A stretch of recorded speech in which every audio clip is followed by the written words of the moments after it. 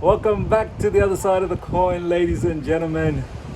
We're back again with another video. I've got to drop videos as much as I can whilst I'm here. The scenes. Oh, ho, ho, ho, ho, ho, yeah, baby. It's amazing. So when you have a backdrop like this, you become tad bit philosophical. You become you start thinking deep about what's going on. I want to talk to you guys about three different types of characteristics, right? Three different characteristics that I think are very important in life, and we should resonate with these characteristics, and we should try and have them as examples, as role models. First characteristic that I want to talk to you guys about is Raheem Sterling. Ladies and gentlemen, it's well documented. Raheem Sterling, for this particular preseason, was all. It was stinkers after stinkers after stinkers. Every time he got the ball, easily bundled over, easily dispossessed. Every time he dribbled into defenders. Every time he was in an attacking position in the final third, he made the wrong decisions. Sometimes no decisions. Sometimes just mind just froze. Do you know what I mean? Brain freeze. And the indecisiveness was, you couldn't back it for too long. You had to put a marker down to say, Raheem, you better start performing really well this season, because you're one of the experienced brothers. You're one of the players that Pochettino is going to be looking for, to lean on in this particular season, because there's so many different youngsters that we have in this particular season. Raheem Sterling, you've got to be an example for these particular brothers. So kudos to Raheem Sterling, ladies and gentlemen, to be able to turn that particular preseason around so rapidly. And that takes a very strong mentality. That takes experience. This is why I guess some people, they talk about, we need experience, please. We need experience. We can't just rely on kids. Because experienced players like Raheem Sterling, they've been there. They've done that. They've seen the lot, ladies and gentlemen. And for them, they can just switch into gears. And Raheem Sterling, kudos to him against West Ham. He should have got a goal. He should have got an assist. He should have had so many different things against West Ham. And unfortunately, it didn't fall for him. And he was on the wrong side of the score as well. We ended up losing. But the way Raheem Sterling turned things around, against Luton. I get it, it's Luton, but still, you need to have that character, that strong mentality, not being bogged down. So this is what I want to talk about. Characteristic number one, Raheem Sterling, going through adversity the way he did in the preseason. People mocking, people slandering, people asking him to be dropped and left out and sold. I've said it all along before. I trust Raheem Sterling. I know it was bothering me as well. The preseason was bothering me as well. But I was trusting Raheem Sterling a lot. And I'm glad to see that, the results are coming through and the fruits of his hard work is starting to show. So, look, that is characteristic number one for me, Raheem Sterling. It's something that we can use as an example, not just for players, but us as individuals, in life. You go through adversity, you gotta come back strong. Characteristic number two, Nicholas Jackson, ladies and gentlemen. Nicholas Jackson. What a strong preseason he had, and even till now, there's so many doubters. We're looking for a striker. We could possibly still get one, and that's fine.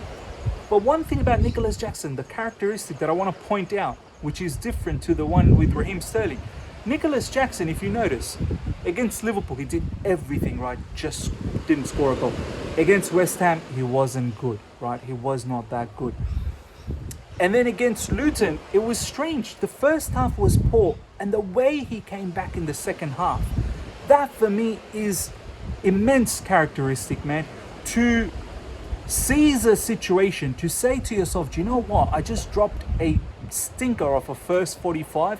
I need to come back strong and change that around. And boy, did Nicholas Jackson change things around in the second half. He pressed so well. Everything finally started to stick. He should have got assists. He finally got that goal, and the kind of goal that we as Chelsea fans want to see him score as well. Those coming in between the defenders and the goalkeeper, tap-ins, slide-ins, all of that kind of jazz. This is what you want to see your striker do, and it was great to see Nicolas Jackson do that. So as I said, characteristic number one, Raheem Sterling, adversity in the pre-season, turning that around. Characteristic number two, Nicolas Jackson, not going his way in first half and really turning that around in the second half. It takes some strong mentality to be able to, change those things around.